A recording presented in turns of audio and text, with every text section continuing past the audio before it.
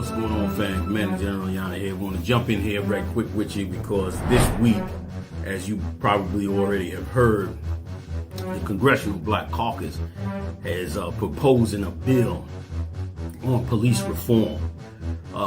Bill has some things in it that are on the right direction, but of course, we've been here many times before. So this will be a short one, but I'm gonna go into it real quick. Here's what one article said. Congressional Democrats rallied Monday around broad police reform legislation, urging President Trump Republicans to rapidly embrace measures aimed at boosting law enforcement accountability, changing power police practices, and curbing racial profile. Right there alone, you know that before they could even get anything passed, they got to bring it before Pharaoh. And right now, they have an unfavorable Pharaoh sitting in the White House. So there's a very excellent chance that for the rest of this year, and if he wins a second election for the next 4.5 years, this will all be a waste of time. They may have an opportunity to look at it 4.5 years from now and countless number of deaths of black people. That's where they're at right now. Let's look into a little more. As Democrats put forward a unified response to the police killings of George Floyd in Minneapolis, which has sparked nationwide protests. Leading members of the party also sought, listen to this part good, to distance themselves from the growing calls from liberal activists to defund the police. Now wait a minute, these are the black leaders. This is your people, your black leaders sitting there and they want to make legislation, they want to make some reforms, but defunding these police departments is not an option for them. And if you look at the real defunding, okay, they make it sound like defunding means, okay, you're gonna disband all these police departments, which number one, they're not gonna do. But these police departments around the country have armed themselves up as though they're military soldiers. You might as well call them military soldiers. I'm gonna show you a tape about one New Jersey police department that armed itself up with tanks. Pretty much tanks. Okay, they armored vehicles, but you might as well call them tanks. Check it out. Suburban New Jersey law enforcement is acquiring armored vehicles used in Iraq and Afghanistan. Middletown now has an MRAP, which stands for Mine-Resistant Armor-Protected Vehicle, used to protect riding soldiers from exploding IEDs in war zones. Our policy for this vehicle is to aid people and to protect them. It's not to be used in an offensive manner. They make it sound like, oh, we're just going to use it for special operations and special things, but it was started in Ferguson, Missouri. That's where they began to start using that type of hardware and rolled that hardware out because they're looking at it constantly as though you are a threat. They're looking at you as a threat. They're looking at your people as a threat. They're constantly looking at you to see if you are the one, if you're going to rise up against them and come against them. Hey, if you like this video, man, and you like the ones we've been putting out, please hit the like button, hit the subscribe button, hit the bell notification so we can let you know everything that's going on. Let's get a little bit more. Okay? Here's some of what the bill talks about doing. The Justice in Policing Act of 2020 would ban the chokehold. Banning chokeholds has already been on the books in police forces all over this country. And here's what they're going to learn, like I mentioned this earlier. More than likely, you'll start hearing about brothers being killed in the police station. They'll tell you that it's, they had a heart attack or they had a stroke or something else, but it'll be the same because they are definitely being allowed to harm brothers with no repercussions. But let me get a little bit more. It would establish a national database to track police misconduct and prohibit certain no-knock warrants. Meaning this bill is so far is really going to just do absolutely nothing.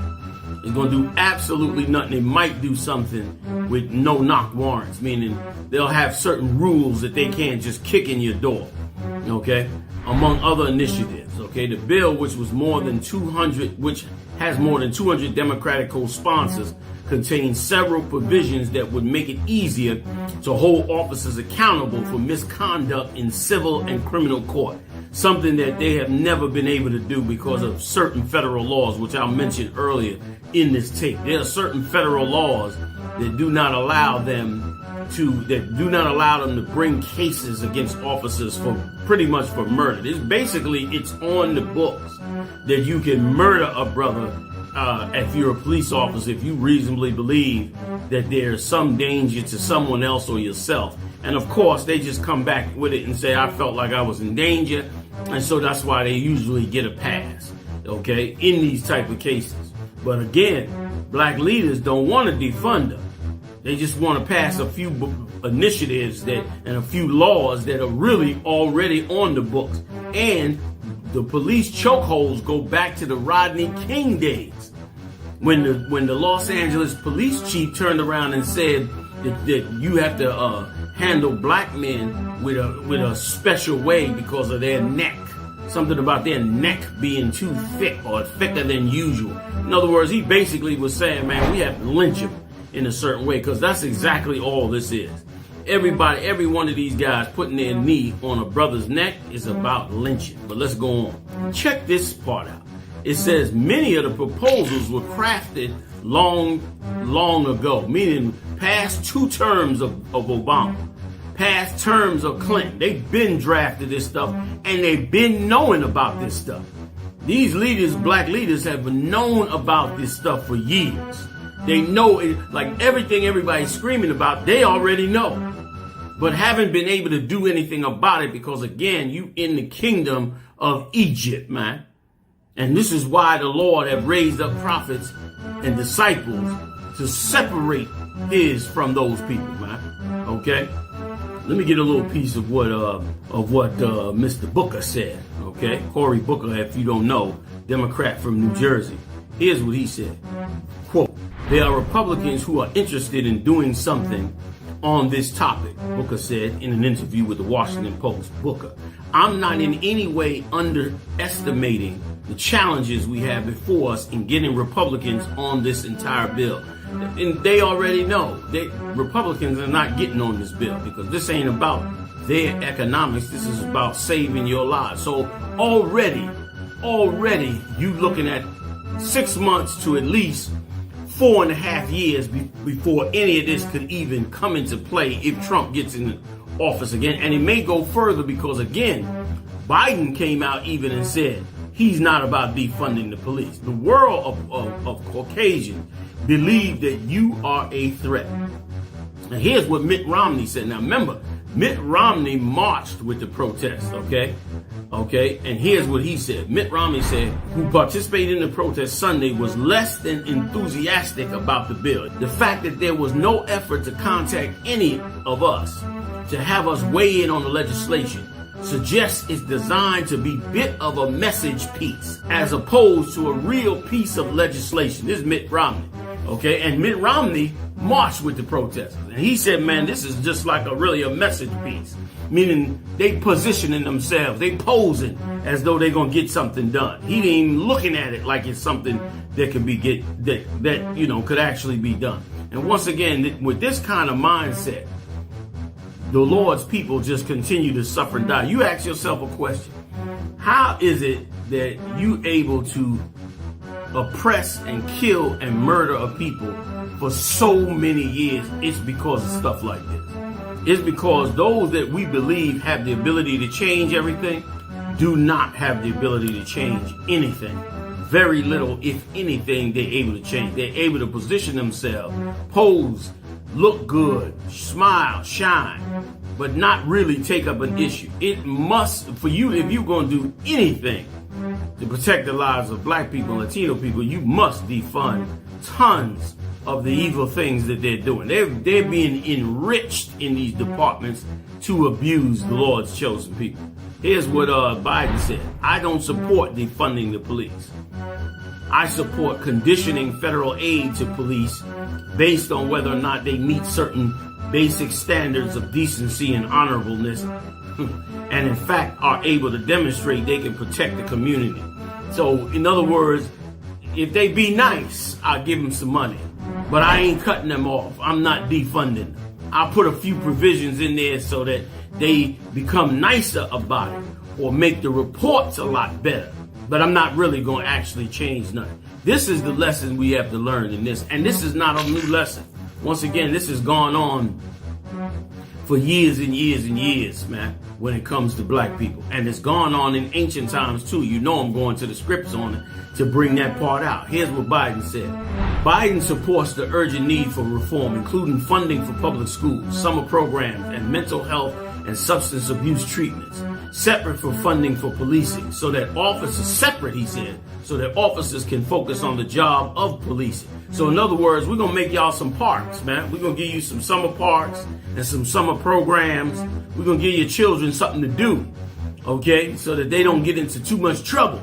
But we're not cutting the police off. That's the mindset that they're working with. This is the mindset that this is going to be the leader of the National Black Caucus if he wins this election. Which means what? Nothing will get done. Absolutely nothing will get done that will change this situation. When really, this is a situation of oppression. The whole reason that you need parks, the whole reason you want to give after-school programs and summer camp programs is because you know that these young people do not have anywhere to go because you don't have any jobs for them. You don't have any jobs for them because you maximize your corporations to suck every dollar out of these people. The Lord's chosen people getting every quarter taken from them when they should be with full power and ability to stand and strengthen themselves. And which is, once again, when they lash out, they lashing out to what? Corporations. They burning down the CVS. They burning down the AutoZone because those businesses should be owned by them and the funds should be going to them. But there's no discussion of economics on this table so far, except another handout, another pacifier, another lollipop, so that you don't be too upset. And this will go on and on. They'll just kill you in the police station. Too many cameras on the street, no problem. We'll kill you after the arrest. You resist arrest, we'll get so mad that we'll kill you after the arrest. Let me get a little more. The bill contains one proposal long sought by civil rights advocates. It would change qualified immunity. And that's the part I was mentioning earlier.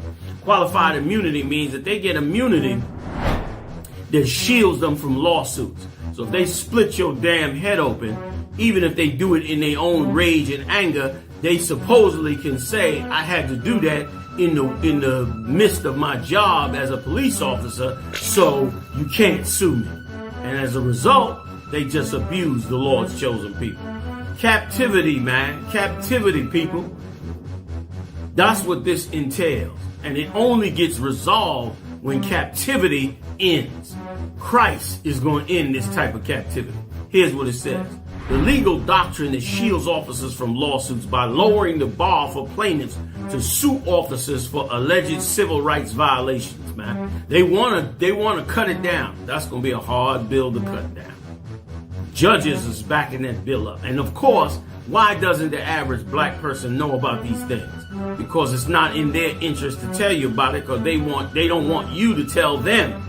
Take your behind in there and fight tooth and nail to stop these type of things from happening to us. Let me get a little more. Another section would change federal law so that victims of excessive force or other violations need only show that officers recklessly deprive them of their rights. The current statute requires victims, hear this good, the current statute requires victims to show that officers' actions were willful. Now, how can you do that? An officer comes and beats you with a nightstick. How do you prove that his actions were willful as opposed to him believing that it was necessary? Meaning, in other words, for you to prove your case, you're going to have to prove what was in his mind. For you to prove your case that your rights were violated, you're going to have to prove what's in his mind. That's how the law is set up as it is right now. So, of course, you are unable to do that. Of course, you're in a quagmire. You understand? You're in a situation where you can't even show what was in his mind. As a result, as usual, what happens? We get more destroyed. So right now, you can look for many, many more years before anything happens, just like you saw with Eric Gardner several years ago, Fernando Castillo several years ago, okay, and just like Freddie Gray in Baltimore several years ago. just like Ferguson, man, okay, and Michael Brown. All of these things happen in increments while these same groups of black leaders and people in power attempt to turn around and legislate their way out of this. When this is a economic issue. This is a issue of slavery. This is an issue of oppression. Okay? George Floyd, listen to the George Floyd, if he had used a fake $20 bill in that store, which I'm still not convinced of. But if he had done that, he would not have to do that if his neighborhood and his community and his people were economically sound, were economically strong. Our people are the most generous and loving people on the face of the earth. They demonize us as being the violent, evil ones. But our people are the most kindest. They're the biggest tippers, the most kindest, the one that'll let you go. You go into some of these so-called Chinese restaurants and you can't be 5 cents short. And they be like, no, a quarter short. You go into black and Latino businesses, not that you should be short, but you go into their businesses and they're far more kind to their own. But yet you're looked at like you're the demon of society, man. The returning to the Lord is how we fix this, man. Check this out. It would grant subpoena power to Department Civil Rights Divisions to conduct pattern and practice investigations. It would just give more money to these civil rights groups for them to conduct pattern and practice investigations, not arrest these cops, not stop these groups, not end these maniacs running around in secret white supremacist groups, using that ability to harm and hurt more of the chosen people of the Lord. Looking for department-wide evidence of bias and misconduct, which is another joke. Okay? Looking for department-wide, which, listen to that part good. So if you got 1 or 2 in there, then you can't say it's department-wide. You have to have, the majority of them openly with proof that they're all white supremacists, which is rare that you ever get. You'd have to be trolling their Facebook pages to find out which ones were and which ones are not, because they almost never discover them in the police station. They discover these white supremacists online, never in the police precinct, and they'll just get wiser to it. The Lord's people need leadership that comes from the Most High. These black politicians, they got their agenda. They got whatever it is they're trying to do. Maybe some of it is good, maybe it's not. The problem is, it's in a system that makes it useless. That's why it's been useless this long. Let me read on a little bit more. And it says that it provides grants to state attorneys, attorney generals, to do the same. Meaning attorney generals can do some investigating too. Doesn't mean they'll find the criminals. It'll just mean you'll be able to find out who some of these white supremacists are. And you'll probably be able to throw them out of office. But will you throw them off the police department. But will you get anything actually done? I'm sorry to tell you, but no. You won't. Let's get a little more. The legislation also would limit the transfer of military-grade equipment to state and local authorities and make lynching a federal crime, which should have been a federal crime since the days of Jim Crow. It should have been a federal crime. But of course, it's not a federal crime because you are not as important as they are to themselves. Okay? And the military grade, you saw the clip, the military grade stuff is just ridiculous, man. It's ridiculous, the military grade equipment. And that was just a small sense. When you go back and look at the footage of Ferguson, they rolled out those kind of armored vehicles and soldier-style gear and soldier-style weapons. It was like a military force out there, which is what they believe in using against you, which is why it has been, it's basically the same Roman thing. You starve them until they rebel, and then you bring in forces to keep them down. Let me go back into an ancient time now real quick. I'm going to try to run through these. I'm going to go back into the ancient times in the Apocrypha, in the Bible, in the King James Bible, in the Apocrypha. After Alexander's death, he split up his kingdom into 4 parts.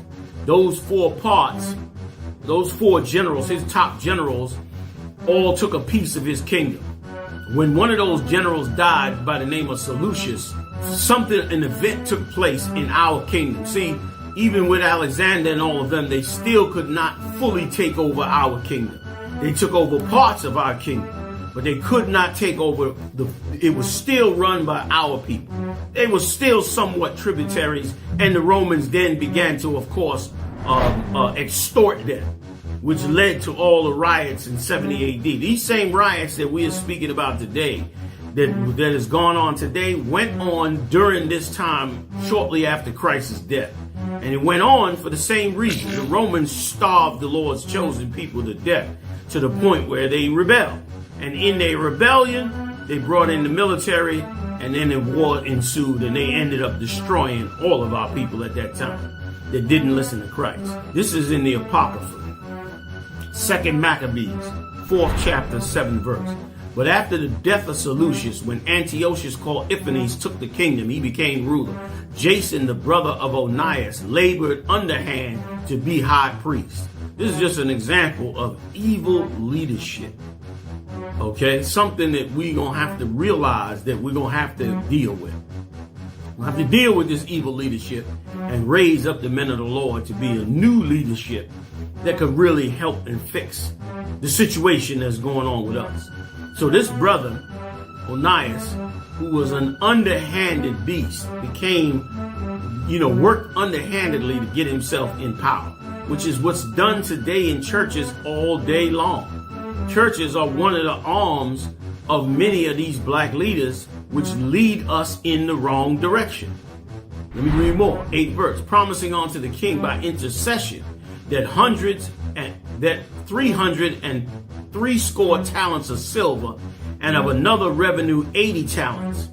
Beside this, he promised to assign 150 more, if he might have license to set him up a place for exercise, and for the training up of youth, important right here, and for the training up of youth in the fashions of the heathens. So this cat was so slick that he said, look, make me the top religious leader among my people. Since you Romans is ruling over us and we tributaries to you, make me the top priest among my people. And if you do so, I will set up a Roman style lifestyle. And in that Roman style lifestyle, I will take the young men and I will fashion them in the way of heathens. I will teach them to be like y'all. And that's exactly what goes on today, man. Our young black, Latino and native children learn how to not just become educated, but educated in the mindset of our slave master. Educated in a mindset that gravitates them away from their own. Many of our people just look at the rest of their people as ghetto after they turn around and achieve certain heights in this society. They'll turn around and say, that's ghetto and this is ghetto. When they come from that ghetto and they take that position simply because they believe that they have moved on to a higher education. Well, this went on back during the time of Christ. And they looked at it like it was a badge of honor when this guy was a slime ball. Check this out. And to write them of Jerusalem by the name of Antiochus. Meaning to write them means to get their mindset, to have them in the way of Antiochus, to think like him. Antiochians, okay, to put it right, to make them like him. 10th verse, when the king had granted, he had gotten into his hand the rule he forthwith brought his own nation to Greekish fashion. You want to understand how we come up out of here? We come out of this Greekish fashion. We come out of the American mindset, man. We come out of their sports and all. This is why the Lord shut it down with the coronavirus. He shut it down with the coronavirus so that you could get ready for that step that he just took with George Floyd. With George losing his life, now our mindset is in the right place to really learn what the Lord is trying to show us. But we better learn it, because there are those out there who are sitting in power and sitting in seats, and they are determined to make sure that we walk in the vein of the Romans, of the Greeks, of the heathens, when the Lord wants us to come out of that mindset and to get into the mindset of really serving the Lord, really caring for your brothers and sisters, really not seeking the greatness of this empire, but really seeking the greatness of Christ's empire. They teach you in church, you seeking the greatness of Christ's empire, but in essence, you really being taught to chase vain lucre, filthy lucre, vain cash. That's what you really being taught to do. Okay, unbeknownst to many of us, just because you become educated doesn't mean you have to become brainwashed in that education. But in many cases, that's what's being done today. Let me read a little bit more, all right? 11th verse. And the royal privileges granted of special favor to the Jews by the means of John, the father of Eupholmus, who went ambassador to Rome for amity and aid, he took away and putting down the governments which were according to the law. Now that's something. In essence, this brother turned around and went seeking gain from Rome for aid, funds, this and that, loans. And in doing so, he destroyed the parts of the government that were according to the law of the Most High. He destroyed the Lord's way, which is something to prepare for. He brought up new customs against the law.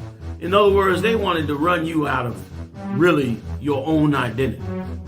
And that's what they want to do today. After all of this, they won't get anything done with that. But you will get plenty of chastisement on how you got to get away from black culture. And in some things you do. Being a criminal to your own people. Being a drug dealer, which is nothing more than a witch or a warlock, is against the scriptures. But they'll use those to really rid you of your blackness, of your Latino-ness, of your nativeness. And that you cannot allow. That you cannot stand for. Okay? And I'll stop right there with that. Let me move on to Exodus, because again, even long, we're going back thousands of years. And once again, that's why the Bible is the greatest book on earth. It's the greatest book on earth because you can go back and examine everything that took place in ancient times and learn so much about the time you're living in. This thing going on with George Floyd and so many other brothers who have died at the feet of these heathens that have done such a horrible thing to the Lord's chosen people of God, that it is, you could look at it and examine it and see the pattern and see what's going on. Anyway, Exodus 5:14, this is with Moses. Many of you know this scripture, one of my favorites as well. And the officers of the children of Israel, which Pharaoh's taskmasters had set over them. And so the taskmasters took a bunch of our people and put us over the mass population. That's exactly who the National Black Caucus is. That is exactly who your reverends are, your imams are. But they have to operate different than they've been operating. Because the way they operate now is not how the Lord wants them to operate. Let me read on some more. And had set over them were beaten and demanded, wherefore have you not fulfilled your task in making brick both yesterday and today as herefore? So they got on their case that the people were not making the bricks. And of course, they set up the situation so that the people could not make the bricks. They took away the straw and then beat the people, beat the leaders of the children of Israel, the officers, beat them after they had taken away the straw and said, yeah, man, what the hell is wrong with you? Why y'all ain't getting your bricks on? And meanwhile, they're saying, well, how could we get our bricks on when you took the straw away? Because in other words, they got them up into a trick bag. Let me read on. Exodus 5:15. Then the officers of the children of Israel came and cried unto Pharaoh, saying, wherefore dealest thou thus with thy servants? 16th verse. There is no straw given unto thy servants. And they say to us, make brick. And behold, thy servants are beaten. But the fault is in thine own people. Once again, these were black leaders who were trying to negotiate with Pharaoh. That's why he said the fault is in thine people, because our people were the ones making the brick. Pharaoh's people were the ones receiving the brick, which is so how it is today. We're the ones laboring in the empire. They're the ones receiving the benefits in the empire. And these leaders tried for hundreds of years. Remember, Moses came along. The children of Israel had been in captivity almost 400 years. He had to go on until he was 80, 430 years before they got up out of that captivity. So after hundreds of years, these black leaders who were being beat down by Pharaoh was on Pharaoh's case like, man, why are you doing this to us? It's your people doing this. And that's exactly what is going on today. They're going to go in there and try to negotiate with Pharaoh and Pharaoh's people, when the issue is with Pharaoh's people. The issue is with them, not with us, but with them. And how does it get resolved? By men of the Lord. If they politicians will try for hundreds of years, they'll keep trying. They get paid well to try. They get paid well to attempt to do these things. But the earnest expectation of the Lord's people is in the disciples of Christ that turn to the Lord. Then you do that and you will see a change like you've never seen before. You let these brothers wake up to the truth and change their lives, and you will see something you have never seen before. Let me get some more. Okay? Here's what Pharaoh came back and said, which is also what will happen in this empire. And it has already begun happening with jobs like Uber and Lyft and jobs where you deliver food. They've turned basically brothers and sisters into cab drivers and delivery boys. They just give it sophisticated names, sophisticated apps, and switch it up. But really, that's that you're really being pushed into harder, more menial jobs, and many of which you can't even do full time to receive a decent paycheck. So in essence, they have stepped up the labor, but expecting the same results. Not lowering the rents, not lowering the pressure, but expecting the same amounts. Here's what Pharaoh said. But he said, ye are idle. Ye are idle, meaning you don't work. You don't want to hold a job. Therefore, you say, let us go and do sacrifice to the Lord. And because you don't have those jobs, you start serving the Lord. Let me tell you something so deep about this here. Like, black people should seek out the Lord, and not just because you go to church. You seek out the Lord will answer you. And when he answers you, he will tell you to do things you otherwise would not do.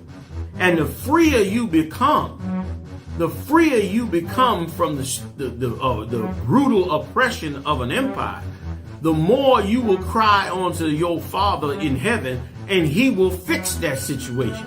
Pharaoh saw this. Pharaoh said, man, you keep crying unto the Lord simply because you're idle. I need to put more burdens and labors on you. Here's what he said in the 18th verse. Go therefore now and work, for there shall no straw be given you, and ye shall deliver the tale of bricks. And as you go back all the way back into this story, then all of this was strictly based on oppressing us to keep us a lower class. Meanwhile, the whole time the Egyptians was acting like everybody has an opportunity. You see how great Joseph was. So how can you say that the Egyptian empire was racist when in fact Joseph said they were racist? And that's our misconception today. You hear the proponents of liberalism shouting and screaming and raising a banner that liberalism and unification and all people are created equal, and that all of this can be achieved in this empire, when in fact it will never be achieved. It will never ever be achieved in this empire. And they'll tout Martin Luther King the way the Egyptians touted Joseph. Egyptians said, look at Joseph. We put Joseph and made him vice president or viceroy in the kingdom. Don't call us racist. We made him viceroy. And it fooled the children of Israel into thinking, well, they can't all be racist because they brought Joseph up. And so they went on and on and on and on for 400 years. They got killed and murdered and worked to death for 400 years. Until finally the Lord raised up someone who would not listen to that nonsense. And you should not listen to it now either. Here we are 400 years later. You should be looking in a different direction. And that direction is into the truth. Let me go on. 19th verse. And the officers of the children of Israel did see that they were in evil case. They saw that we in trouble, man. These people are turning on us completely. And that is what will happen later as well. Eventually, they'll turn on these black leaders because they'll see that the rest of Black America, Latino America, and natives are not listening to them. And as they see that they're not listening to them, they will begin to come down hard on these leaders. They will begin to ignore these leaders. They will begin to put further pressure on the Lord's people. And in many cases, it has worked in the past.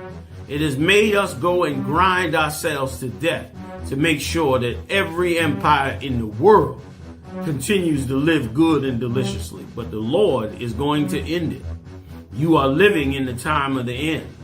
That's what's about to happen. Let me go back over 19th verse. And the officers of the children of Israel did see that they were in evil case.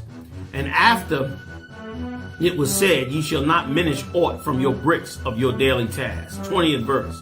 And they met Moses and Aaron, who stood in the way as they came from Pharaoh. Because Moses and Aaron had went in and spoken to Pharaoh during this time. Remember, they were in there negotiating with Pharaoh about the economics of the poor Hebrews. And Pharaoh's solution was, you going to work harder with less resources, because this idleness that I see is causing you to call on your God to deliver you from these people. And believe you me, they're going to find plenty of work for us. But it will be the most menial and grinding work you can think of. And it will be, you will think it is because, it's tough times, when it will be none of those things. It will be simply to keep you oppressed. Because Moses and Aaron went to Pharaoh and demanded that they govern themselves. That they demanded that they be freed from the tyrannical reign that he had on them for so long. But the negotiators, the different leaders of our people from back then, were furious with that attitude.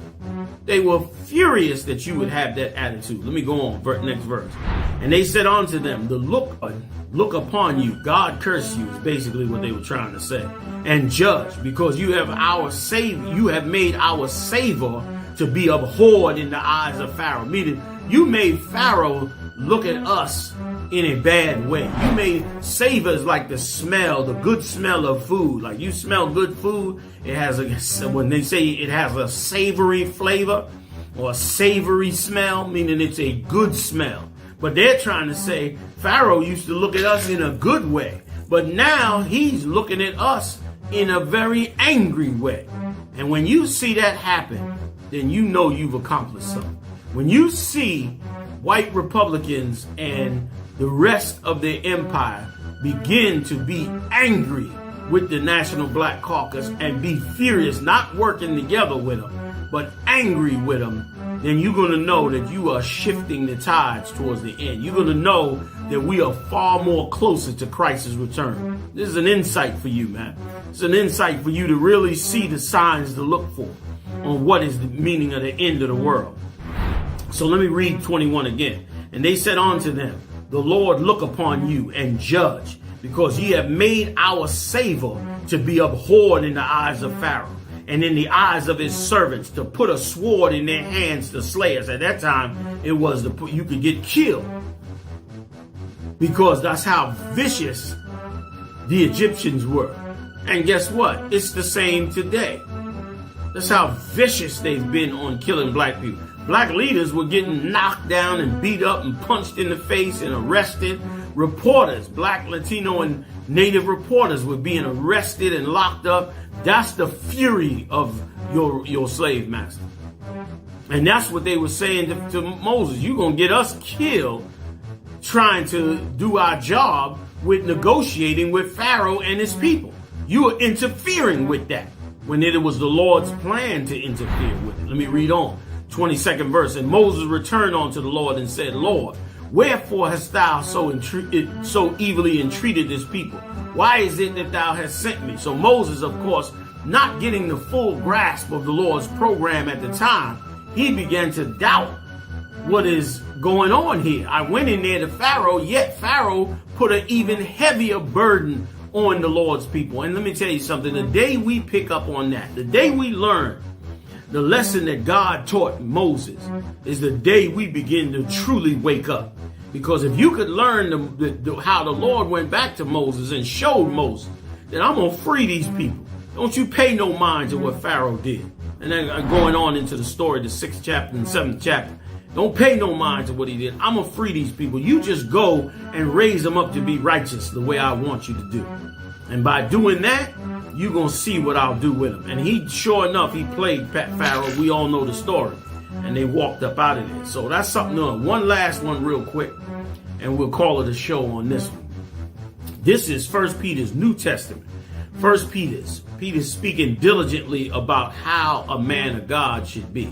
1 Peter's 5:1. Here's what he said.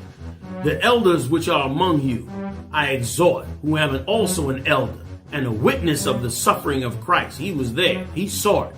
He saw what Christ went through to try to deliver these people. And also a partaker of the glory that shall be revealed. It also should be understood that those same religious leaders are the ones that got Christ killed. It is very important for you to know these things, because otherwise you will be led to the slaughter. Okay, 2nd verse. Feed the flock of the Lord, which is among you, taking the oversight thereof. And when he say feed the flock, he ain't talking about food. He's talking about educating the flock on how to serve the Lord and not be fooled by their taskmasters who negotiate with Pharaoh. Here's what he said. Not by constraint, but willingness, meaning don't do it with pressure. Don't do it with force, but willingly. Be willing to do this for. Not for filthy lucre. Don't do it for the money, but for but of a ready mind, because that's what your religious leaders do. They do it by constraint. They do it with, holding back. They do it with, with feathers on their hands. And they do it not willingly. They do it almost with a hatred of their own people. I'm not saying anybody specific in the National Black Caucus, but as black leaders in general, especially religious leaders. And of course, it says not for filthy lucre. We know what the teachings in church are. The teachings in church have long left teaching about God and are now teaching about prosperity. And it's so amazing. And it's such a good tool when you want to oppress people. When you starving people to death, it is such an excellent tool to have your religious leaders teach that somehow, some way, through a miracle, they're going to get some money to deal with all their suffering and their pain. It is such a hustle that will last for years to come, because those people will constantly believe that someday, somehow, a miracle will happen and they will get a piece of what you've been receiving in this kingdom, when in fact you are sitting over them as a religious leader, getting rich off of them, and they have no prospect of prosperity, because you as the religious leader and your politicians who are over you have no plan to ever change their economic situation. Even in the wake of this, George Floyd, the focus should not be on the police department. Those white supremacists wouldn't have a job if black people owned all the businesses, if black people employed all the people in their cities, if black people sat down and made all the laws, because they have all the economics, because they run all the businesses. It would change their education and all of that. But instead, you want to pass a few pat on the back laws to make everybody feel good by giving a smack on the wrist to the police departments for or four of their white supremacists, when they're the smaller of the bigger problem. The bigger problem is you refuse to go to Pharaoh and break the chains off of the Lord's chosen people, man. Or if not, go directly to the people and say, this is what we should do to change the economy. You barely have ever even used your old school method by Martin Luther King himself. Martin Luther King boycotted the buses. You feared to boycott AutoZone or Walgreens or Rite Aid. You don't dare do it because, of course, you know that your slave master will defund and remove you from your seat. when that was a small tool used by Martin Luther King in the past that could have done so much more for you economically these days. But instead, don't worry, Joe Biden will build some parks and some after-school programs and some summer camps, and everything will be fine. Everything will be wonderful, man. So that's it for me, fam. I'm out of here, man. I'll see y'all on the next one. Y'all stay strong. See you live. Join me live every Monday night, 9 p.m. We do it up every Monday night. New videos every Wednesday and every Saturday. Check me out on this very same channel. Community posts several times a week. Let's stay in touch. Tell me what you think. Give me your comments. Especially give me your comments if you disagree. You disagree with what I'm saying and you feel like something can actually be done through this method. I want to hear from you. Let's talk about it. And if you disagree, my usual people, please let me know and let everybody else know that you agree with me and you know that that is not the route. Let's get the dialogue going. I'll see y'all on the next one, y'all. Shalom. I want you to stay strong in the spirit of the Lord. Hey, listen, if you like this tape, hit the like button and share it, man. Hit the share button. Everybody share it to their own personal Facebook accounts. Share this video, man, to wake up brothers and sisters all over this earth. Hit the like button. Check me out Monday night. I'm live every Monday night. I bring the heavy hitters in. We do it up live right on this same channel. I'll see you then.